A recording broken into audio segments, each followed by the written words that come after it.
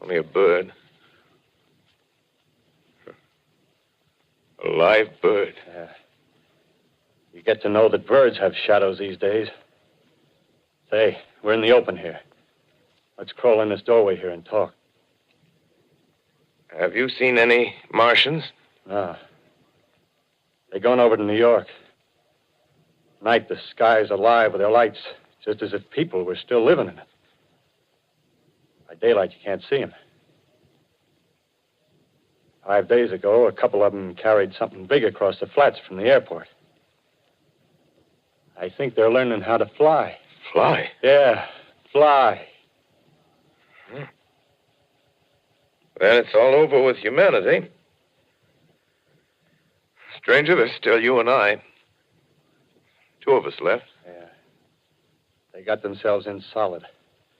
They wrecked the greatest country in the world. Those green stars, they're probably falling somewhere every night. They've only lost one machine. There isn't anything to do. We're done. We're licked. Where were you? You're in a uniform. Yeah, what's left of it. I was in the militia. National Guard. That's good. There wasn't any war.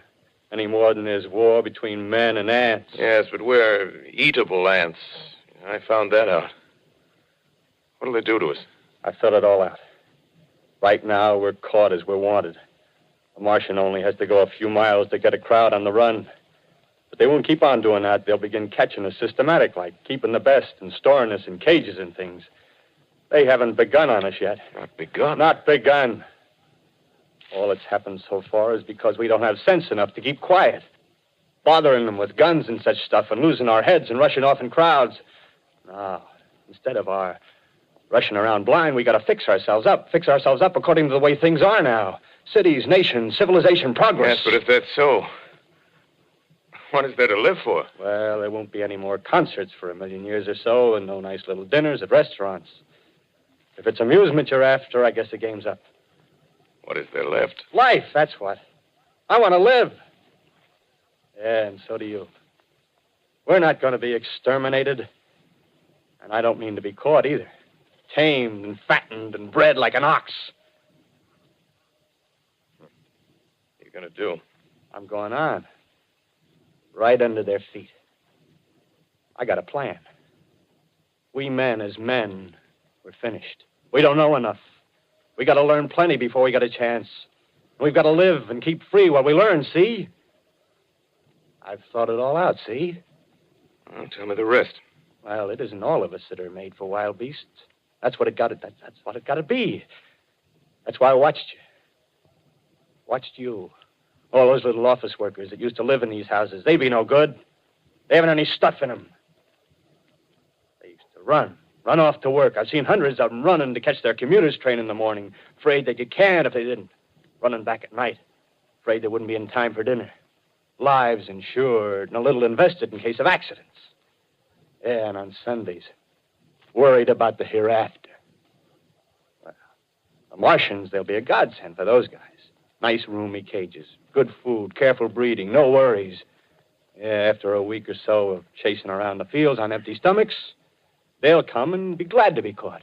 You've thought it all out, haven't you? Sure, you bet I have. That isn't all. These Martians are going to make pets of some of them.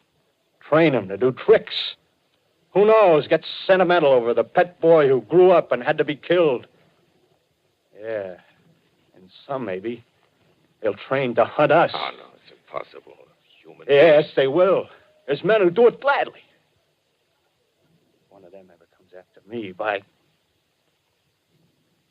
the meantime,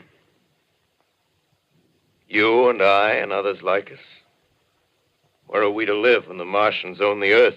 I got it all figured out. We'll live underground. I've been thinking about the sewers. Under New York, there are miles and miles of them. The main ones, they're big enough for anybody.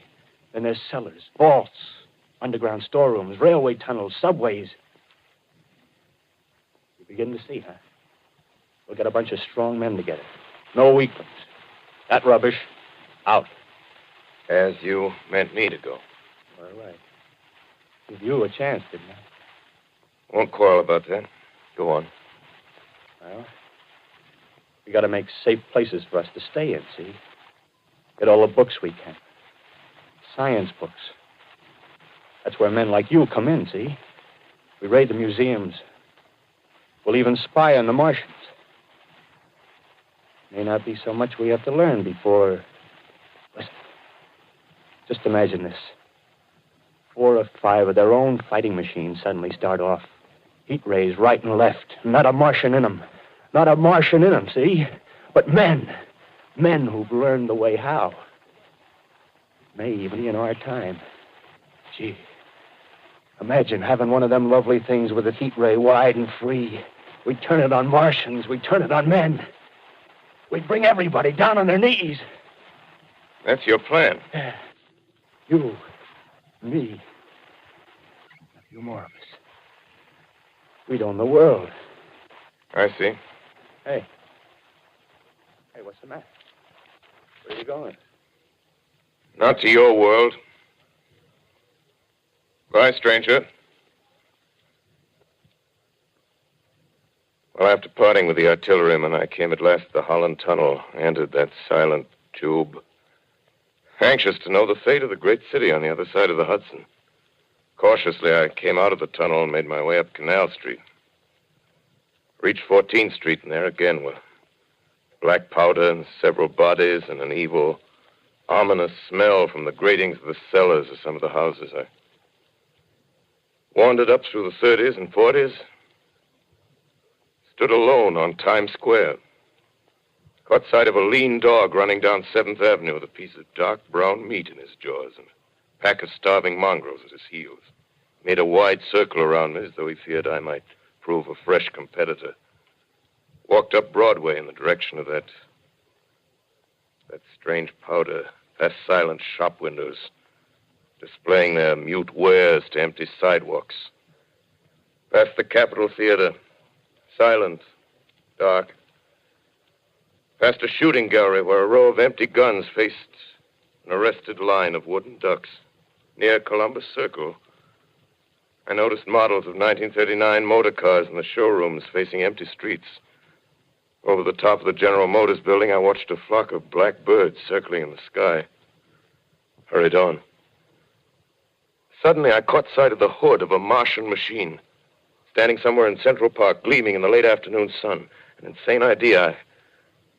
I rushed recklessly across Columbus Circle and into the park.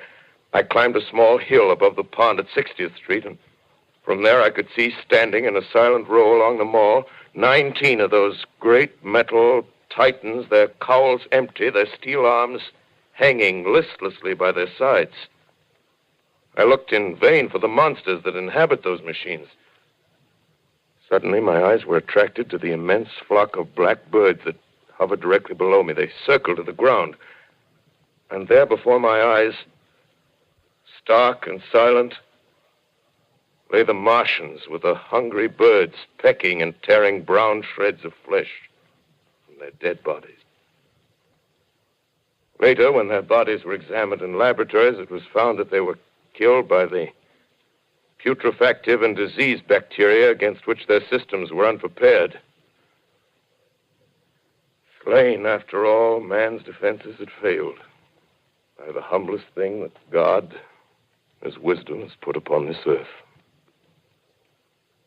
Before the cylinder fell, there was a general persuasion that through all the deep of space, no life existed beyond the petty surface of our minute sphere.